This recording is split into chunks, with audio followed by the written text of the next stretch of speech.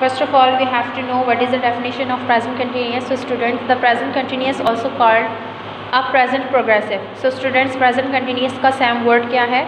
Present progressive. Present progressive भी हम present continuous को कहते हैं. प्रेजेंट कंटिन्यूस जो है वो इसका सेम वर्ड प्रेजेंट प्रोग्रेसिव होता है. सो स्टूडेंट्स, इसकी डेफिनेशन क्या है? The present continuous tense is used for actions happening now और an actions that is unfinished. So students, present continuous उन सेंटेंसेस को शो करता है जो प्रेजेंट में कंटिन्यू होते हैं और उन काम को उन एक्शंस को शो करता है जो ख़त्म नहीं हुए होते. So students, as I told you about the kinds of sentences. तो स्टूडेंट्स, हमारे पास सेंटेंस के 3 काइंड्स होती हैं: अफर्मेटिव सेंटेंस, नेगेटिव सेंटेंस और interrogative sentence. So students, 3 sentences की काइंड्स मौजूद हैं.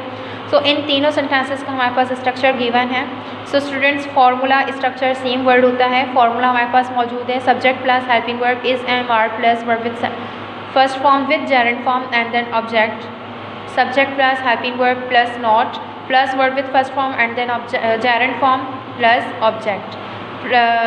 Interrogative का structure है helping verb plus subject plus verb with first form then with gerund form and then object plus question mark. So students, ये आपके पास formulas given है. These are the most important things.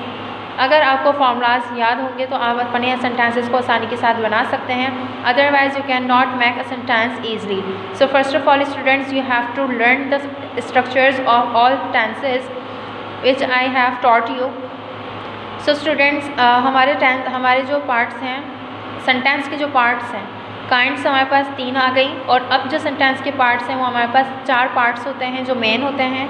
First part हमारा subject होता है, second part हमारा helping verb होता है, third part हमारा वर्ब होता है और फोर्थ पार्ट हमारा होता है ऑब्जेक्ट. ऑब्जेक्ट को अगर सेंटेंस में हम ऐड करना है तो हम कर सकते हैं और अगर इसको ऐड नहीं करना तो हम नहीं भी कर सकते. एक ऑब्जेक्ट के लगाने और ना लगाने से हमें कोई फ़र्क नहीं पड़ता, लेकिन ये बात सिचुएशन जब इम्पॉर्टेंट होता है ऑब्जेक्ट, जब हमारे पास उर्दू सेंटेंस में या फिर उस बात को बताने के लिए हमें ऑब्जेक्ट की नीड होती है, तो जब हमें इसको लगाना ज़रूरी होता है. अदरवाइज़ अगर हम इसको नहीं भी लगाएंगे तो मसला नहीं है, हमारा सेंटेंस रॉन्ग नहीं होगा, बिल्कुल करेक्ट होगा. सो स्टूडेंट्स, यहाँ पर मैंने कुछ एग्जांपल्स लिखी हैं. इस स्ट्रक्चर को यूज़ करते हुए सबसे पहले हम ये जानेंगे कि सब्जेक्ट, हेल्पिंग वर्ब और वर्ब और ऑब्जेक्ट होता क्या है. तो सबसे पहले स्टूडेंट्स, सब्जेक्ट क्या होता है? Doer of an action. किसी भी काम करने वाले को सब्जेक्ट कहते हैं. हेल्पिंग वर्ब क्या होता है? जो वर्ब को सपोर्ट करता है. ठीक है, वर्ब का सपोर्टर होता है, वो हेल्पिंग वर्ब कहलाता है, यानी कि टेंस को शो करता है, इंडिकेट करता है. इसके बाद वर्ब जो होता है वो किसी भी वर्ब एक्शन को शो करता है. ऑब्जेक्ट क्या होता है? Object receiver of an action. किसी भी काम के रिसीव करने को, वसूल करने को ऑब्जेक्ट कहते हैं. सो स्टूडेंट्स, यहाँ पर कुछ एग्जांपल्स मेंशन की हैं. I am going to learn English. He is driving a car. People are telling a lie. She is not speaking truth. They are not playing well. Is he cooking? Is she cooking?